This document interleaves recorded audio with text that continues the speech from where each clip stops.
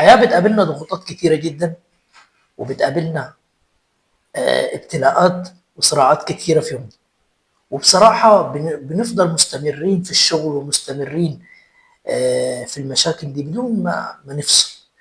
في فيديو النهارده هقول لك ازاي تقدر تتعامل مع المشاكل دي والحاجات اللي هتخليك تقدر تقاوم الحاجات دي بجد. السلام عليكم ورحمة الله وبركاته. فيديو جديد النهارده معاك عبد الرحمن يوسف. لو لسه داخل القناة، عندي المحتوى عبارة عن تحفيز بقدم فيه كل الأمور اللي هي بتساعدنا في تحسين علاقتنا وتطوير الذات. عاوز تتكلم فيه النهارده. بس قبل ما ابدا الفيديو يا جماعه، انا برضو عندي ملحوظه كده، انه في ناس بتتكلم في حته انه انه دايما احنا عندنا يا ابيض يا اسود. قبل بس ما ادخل الفيديو، يعني ايه يا ابيض يا اسود؟ حتى بشوفها على السوشيال ميديا، ممكن نشوف واحد بيقول معلومات كتيره جدا ويحصل عنده ايه؟ زلل صغير. نمسكه بقى نقول له انت بتعمل كده ليه، وانت فاشل، وانت مش عارف ايه، وانت منافق. فالحياه مش كده. يعني لو انسان انتوا شايفين ان هو كويس، انا مش بتكلم عليا، انا بتكلم بصفه عامه. هقول لكم انا بقول كده ليه. لو شايفين ان هو كويس وبقول لك حاجه، هو مش شرط على فكره هو يعملها. هو ما بكلمكش في الدين، يعني ما بكلمك في امور تطوير الذات. يعني مش لازم انا اقول لك اكون بعملها 100%. اقول لك مثلا ما تصحاش الصبح بدري تمسك التليفون، او خد مني المفيد، مني او من غيري. بلاش يا جماعه التحجر ده بالله عليكم في الفكر يعني. مش هطول عليكم، هدخل في الفيديو بتاع النهارده. لازم تعرف يا صديقي او يا اختي انه احنا يومنا بيكون مليء بالضغوطات. في الشغل، في الشارع احيانا، بيننا وبين اصحابنا. لازم تحدد وقت انه انت تقعد فيه مع نفسك، تفصل. في مصر احنا بنقول كده، تعمل حاجة انت بتحبها. والموضوع ده يا جماعة مش ترفيهي بس عشان تبقى عارف. يعني موضوع ان انت تفصل بشيء تاني ده مش ترفيهي. مثلا احنا كشباب، مثلا واحد مثلا يروح يعمل ايه؟ يقعد على القهوة. واحد مثلا يروح يسمع ماتش. واحد مثلا يروح ينزل مع اصحابه يشم هوا. وهكذا البنات تقعدي مع اصحابك، حتى لو بتشغل فيديو انت بترتاح له وبتقعد تتفرج عليه. ولكن انت هتفضل مستمر في الضغوطات دي بدون ما تحاول ان انت تخرج من نفسك منها، هتتعب.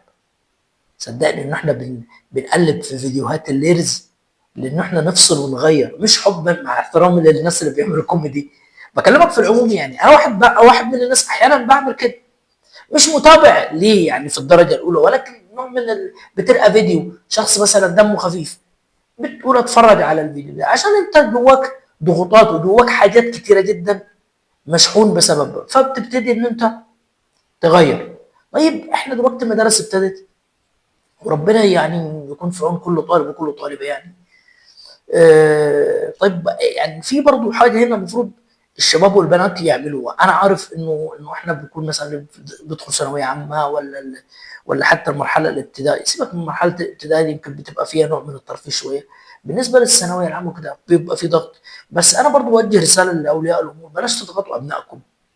يعني لا هو مذاكره على طول، ده حقيقه على فكره، لا هو مذاكره على طول ولا لعب على طول. انا دايما كان والدي بيقول لي قسم وقتك. يمكن انا اللي في ايام الثانوي ما كنتش بصراحه بعمل كده، ولكن قسم وقتك. لازم يبقى في نوع من المرح في وقت الدراسه. يعني انت ما يبقاش السنه كلها صدقني هتتعب نفسيا وهتمل من الكتاب خالص. لازم تحدد وقت تقعد فيه مع نفسك، تنبسط، تتفسح، تتدلع. بكلمك بجد والله لازم الحاجات دي. مش واحد يقول لك يا عم انت فاضي، مش فاضي على فكره. الحاجات دي بتشحنني، انت زي التليفون كده بتشحنك الحاجات دي عشان خاطر تكمل اليوم التاني. لكن انت تخيل انه انا واحد من الناس كنت شغال في شغل 12 ساعه. كل الحاجه الحلوه اللي انا بعملها اخر اليوم كده الساعه 8 ولا الساعه 9 بروح العب ماتش بلاي ستيشن. يعني هتقول لي ان انت تافه وكده، هقول لك ماشي قول. بس انا بقول لك دي كنت انا بنسجم منها.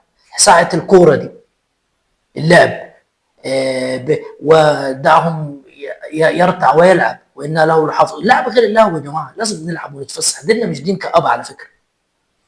فالطلاب برضو اعملوا الحته دي اثناء الدروس. انتوا بتبقوا مضغوطين، خصص وقت يوم جمعه كده تتفسح فيه، تنزل تشم فيها، تعمل حاجه انت بتحبها، صدقني هتفرق معاك جدا جدا جدا. عشان انا برضو شفت ناس قدامي مضغوطه وكده، ولفت نظري الفيديو ده ان انا اتكلم عليه، ان ما نسيبش نفسنا للضغوطات، لان يا جماعه الضغوطات دي بتبقى زي حجر صغير بيكبر بيكبر بيكبر بيتراكم، بعد كده انت بتنفجر.